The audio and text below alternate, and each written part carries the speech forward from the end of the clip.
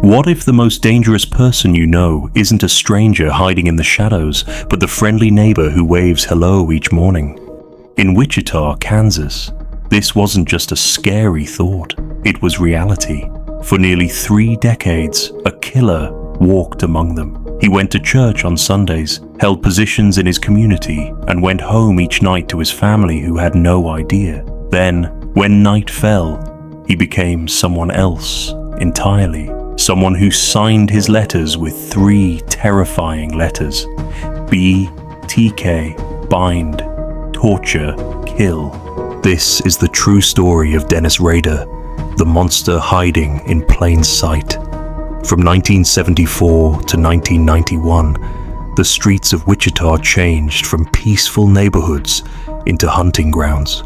What began as a series of brutal murders shattered the safety residents had long taken for granted. The victims had nothing in common: a mother, a father, an innocent child, each picked seemingly at random, their lives taken with a coldness that was hard to understand. But the killer wasn't happy with just taking lives. He wanted attention. Taunting letters arrived at police stations and local news outlets, each one more disturbing than the last. In these messages, he bragged about his crimes while mocking the police. Every word showed his pride, leaving behind a trail of fear that would grip the city for decades. As bodies continued to appear, Wichita's community began to fall apart. Neighbors looked at one another with growing fear. Could the monster be the man who lived down the street, the co-worker, the person sitting next to you in church? The most frightening truth was taking shape. The killer wasn't some unknown outsider. He was someone they knew, someone who was good at blending in, someone who attended community meetings, held a steady job, and maybe even talked about the very murders he committed with unsuspecting friends. With each new victim, police found themselves in a desperate race against someone who seemed always one step ahead. His letters showed a mind that enjoyed playing mind games, each murder carefully planned, each letter designed to scare and confuse. Doors that once stayed unlocked were now locked tight at night as the truth settled over Wichita. Evil looked just like everyone else. Years passed. The trail went cold. Rader left almost no evidence behind. Each crime scene cleaned, each clue gone without a trace. Families grieved in painful silence, waiting for answers that seemed impossible to find. Detectives took the weight of unsolved cases home with them every night, looking at every detail, wondering what they missed, what small piece of evidence might finally catch the killer.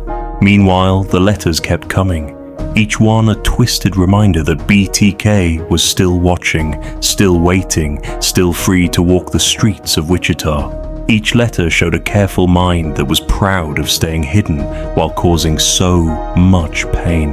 The fear in the community grew deeper. Parents kept children inside, neighbors formed watch groups, and everyone stayed on guard in what had once been a peaceful community. Then, in 2005, after years of silence, everything changed.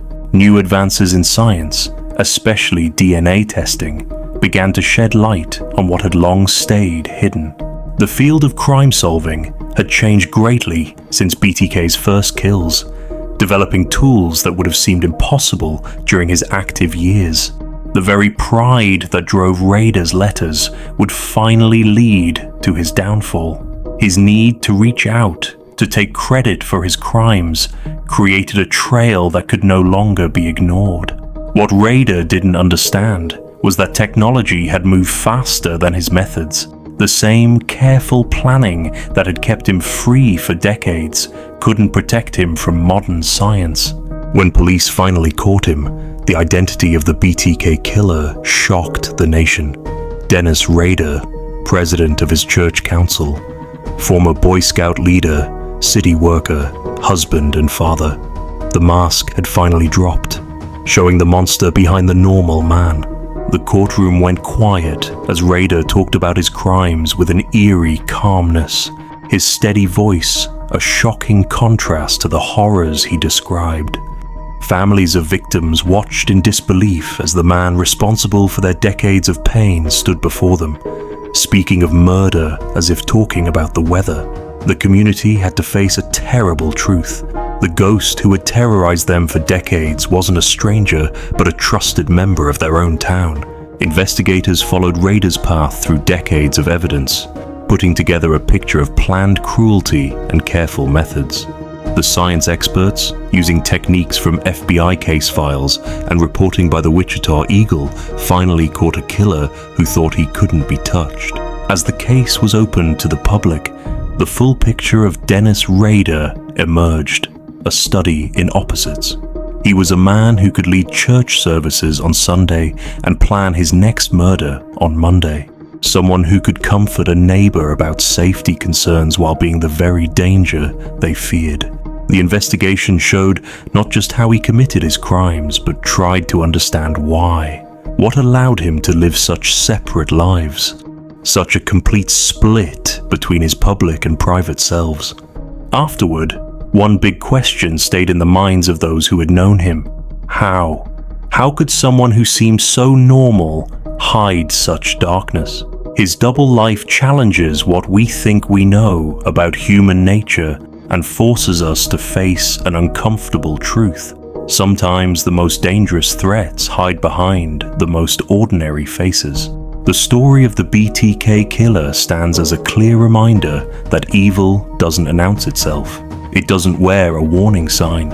It can live next door, go to your community meetings, and look you in the eye while hiding unthinkable secrets. Even today, the name BTK brings back the fear that paralyzed a community and the shocking realization that evil can look just like anyone else. His story isn't just about terrible crimes, it's about the darkness that can exist behind normal life, the fight between good and evil happening not far away, but in our own neighborhoods. The case of Dennis Rader has become important in studying criminal minds, making experts rethink what they know about killers and their ability to live double lives. It reminds us that monsters don't always look like we expect. They can be fathers, leaders, neighbors, and co-workers, wearing a perfect disguise for decades while doing unspeakable things in secret. Tonight, as you lock your doors and get ready for bed, remember the lesson of Dennis Rader. The monsters we fear most might not be strangers hiding in the dark. They might be behind a friendly smile in broad daylight, living ordinary lives that hide extraordinary evil. The question isn't whether there are more Dennis Raders walking among us. The question is, would you know one if you saw one?